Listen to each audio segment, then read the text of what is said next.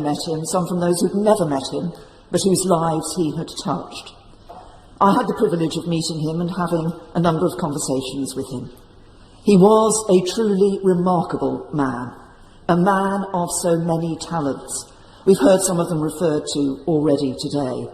A distinguished naval officer, an inventor, an innovator, a designer, a painter, a sportsman, and so much else.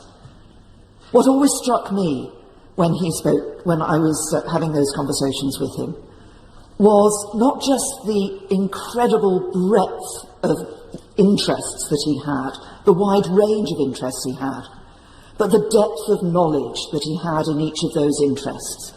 He didn't just dip into a subject. He didn't pick something up because it was fashionable. He was deeply interested, he cared, and he understood the importance of getting to know the issues that he was involved in. He was indeed a man ahead of his time, particularly in the areas of the environment and conservation. But that wasn't a passing whim. He deeply loved the natural world. He understood nature, and he was passionate about wanting future generations to be able to enjoy and benefit from the natural world too. And I remember on my first visit as Prime Minister to Balmoral that Prince Phillip drove myself and my husband around the estate and talked to us about the estate. It was as if he knew every single inch of it. He talked about the ancient Caledonian forest, about the birds, many of them protected, about the animals, about the plants on the estate, about the changes he'd seen over the years, and about what was needed in order to ensure that this environment could be protected and could be enjoyed by future generations. He was indeed a man ahead of his time. He showed again his deep knowledge, but he was also an immensely practical person. And he was a man of high standards. That did indeed come through his attention to detail in the cooking of the meat at the Balmoral barbecues. But I also remember an event which was hosted by the then Mayor of the Royal Borough of Windsor and Maidenhead. It was a black tie event. Prince Philip was coming down from Windsor Castle for probably no more than half an hour. Now, some people would have said, well, you'll have to take me as you find me. I'll just turn up and I'm there and that's it. But he didn't. He dressed immaculately in black tie. He took the time and trouble because he had high standards, but also because he respected the event and the people who were there, and he wanted them to be at their ease.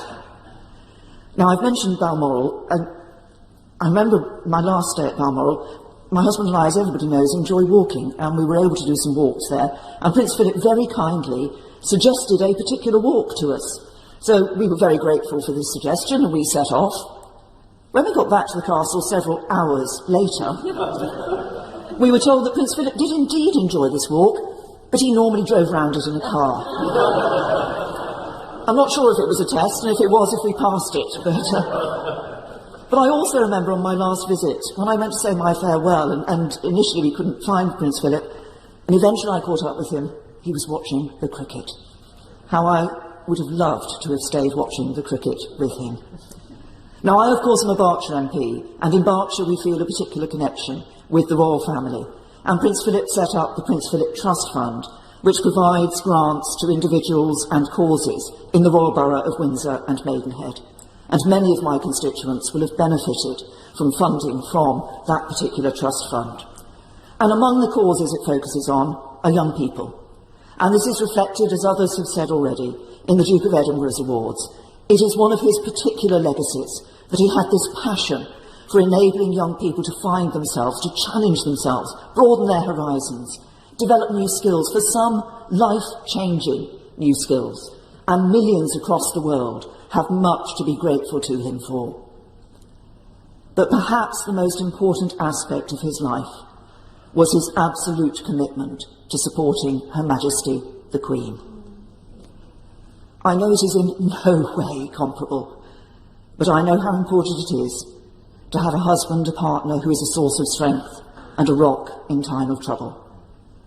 As a hugely talented person, Prince Philip could have been enormously successful in his own right, but he put his life to ensuring the success of his wife.